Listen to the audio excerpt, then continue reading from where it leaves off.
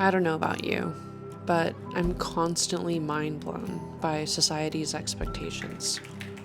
It can be so truly exhausting to balance all the intricate things that make up life, like work, relationships, hobbies, working out, and somewhere in the midst of all that organized chaos, we're expected to prioritize the time to unwind and relax. Then, on top of that, we have social media constantly glamorizing productivity. And I really feel like at times we've forgotten about the beauty of just living.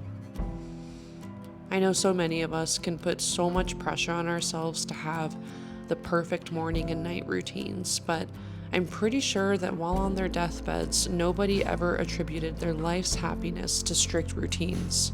I mean, hell, sometimes it's hard enough just getting through some days in this hustle culture.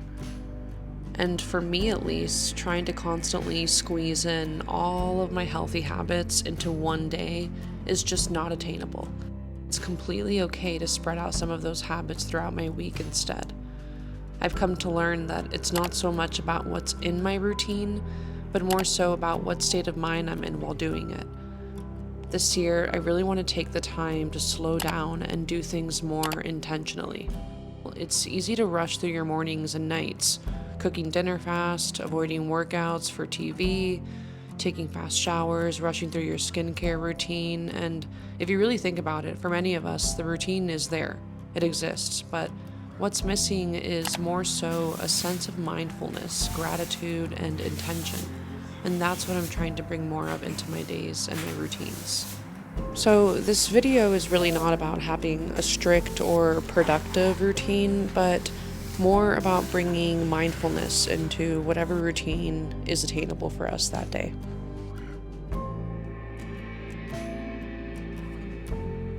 Now, I know what you're thinking. Cleaning? I thought this was supposed to be relaxing. Hear me out. I feel like a lot of people discuss the importance of a Sunday reset, but what about a Friday reset? Honestly, I can make just a whole video about it because it just makes sense. Why would I not set myself up at the end of my week to really optimize my time off and enjoy life? I mean, I know that's not always practical because we can be really tired from work, nor do I always want to do the most on weekends. But every now and then, it really does make sense to do so that we can wake up feeling refreshed on Saturday and not like we have to do more work before enjoying the weekend. And for me, that just looks like prioritizing some light cleaning and tidying up on Friday night so that I can wake up to a clean space and not have to waste my energy Saturday mornings with cleaning.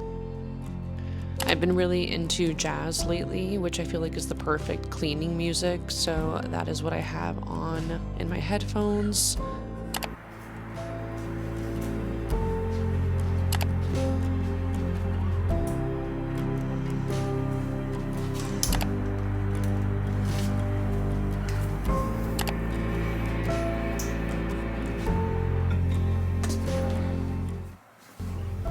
A really great way to just mentally break away from work and get out of your head into your body is either through movement or doing something creative. Sometimes, depending on your life season, that breakaway activity can change, so don't be hard on yourself if you're not working out in your evenings. I wanted to share, though, how I mentally help myself want to move whenever I'm not feeling motivated. So the first thing is to really just give yourself time to mentally prepare. And what do I mean by this? So lay out your gym clothes early in the day, look at it, fool your brain into thinking that you really want to move, and just start to get into that mindset of wanting to move, sort of like faking it until you make it. Like if you've been feeling really down, reminding yourself that moving might give you that pump of endorphins or that pump of energy that you really need. And then the second step is just making moving fun at first. So if I'm in a rut and I haven't worked out in a long time, I really try not to overthink it. You can just do what feels right for you. If you're tired, take a break, dance, jump around. Yoga is super beneficial and a great way to just move your body without too much expectations. And this feels so good to do, especially if you have a job where you are very stationary or you don't move much. I know that my body definitely craves movement after a long day of working. But I truly just encourage you to find a type of movement that feels fun for you. I have been hula hoop dancing for I think about 8 years in my life now, maybe going on 9. So this is just a really fun recreational exercise slash activity that I resort to whenever I'm feeling like I'm in a rut with movement. So, as cliche or cheesy as it sounds, truly just throwing on some of your favorite music and dancing like no one is watching is very therapeutic and healing to the soul.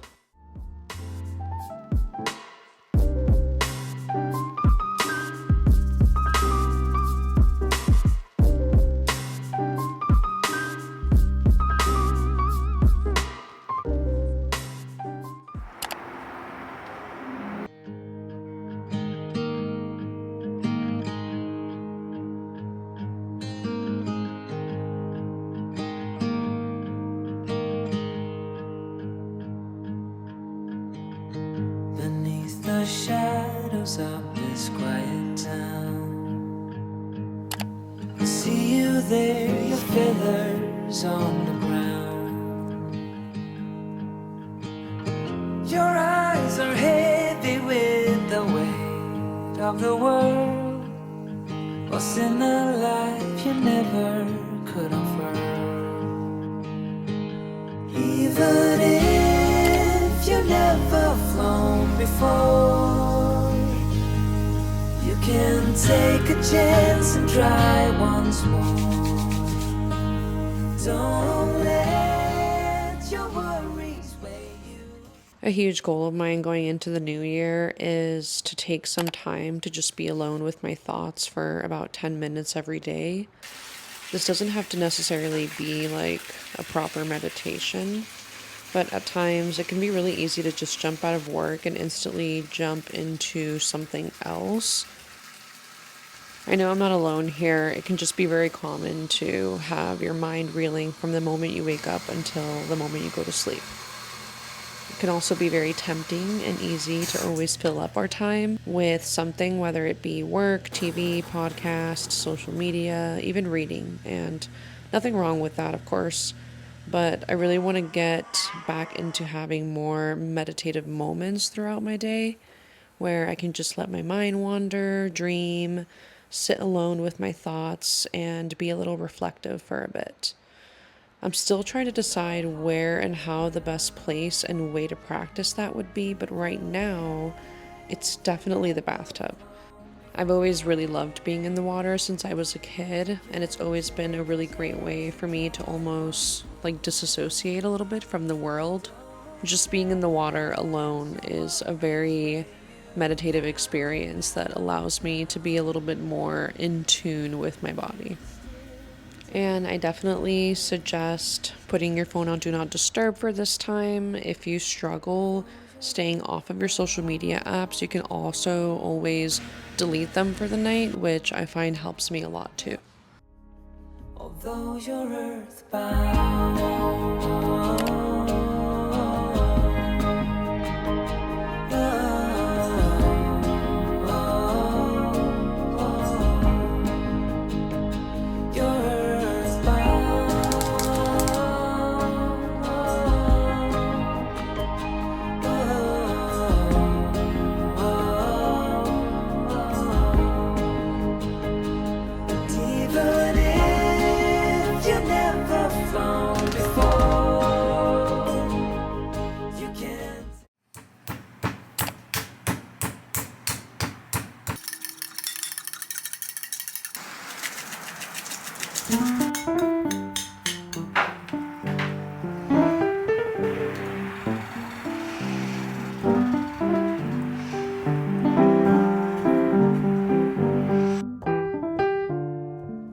I know a lot of people like going out on Fridays, but personally, I'm usually a bit burnt out by the end of my week. So I typically reserve Saturday nights for going out, and one of my favorite things is just staying home to recharge, making a really good comfort meal with Zach, And tonight we decided to make a fettuccine. For some reason, I was really craving breaded chicken, and I used panko breadcrumbs without really realizing that that's not very standard for fettuccine, but came out very good anyways. So I'm not complaining.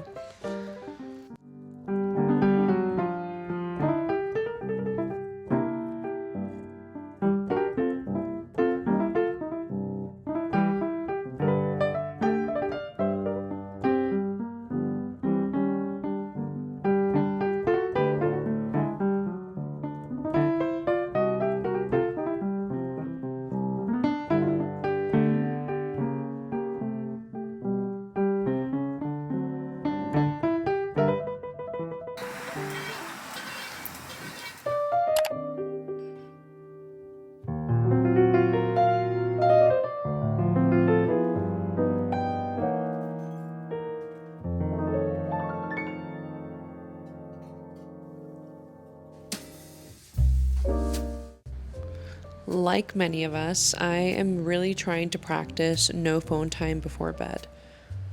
It's definitely easier some days than others. If anything, though, I would much rather replace scrolling with a feel good TV show or movie. That helps a lot if I'm in a reading rut. Sometimes I'm into reading and other times not so much. It really just depends on the season of life that I'm in. I've said this before in my morning routine video, but I'm a very big believer that routines can be very dependent on seasons of your life, your schedule, your mental health, and many other factors. But let's be real. We all have some sort of resemblance of a routine in our daily lives. It's just about whether that routine serves us best.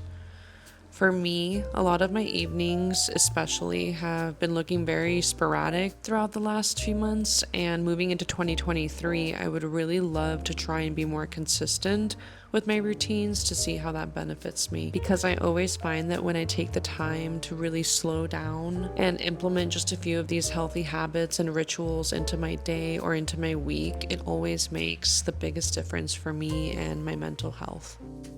So if you are on the same journey and if you like this video, I would really appreciate it if you considered liking, commenting, and subscribing, because it really means the world to me right now as I'm trying to grow my small channel and pursue full-time content creation. Thank you so much for watching, and I will see you next week.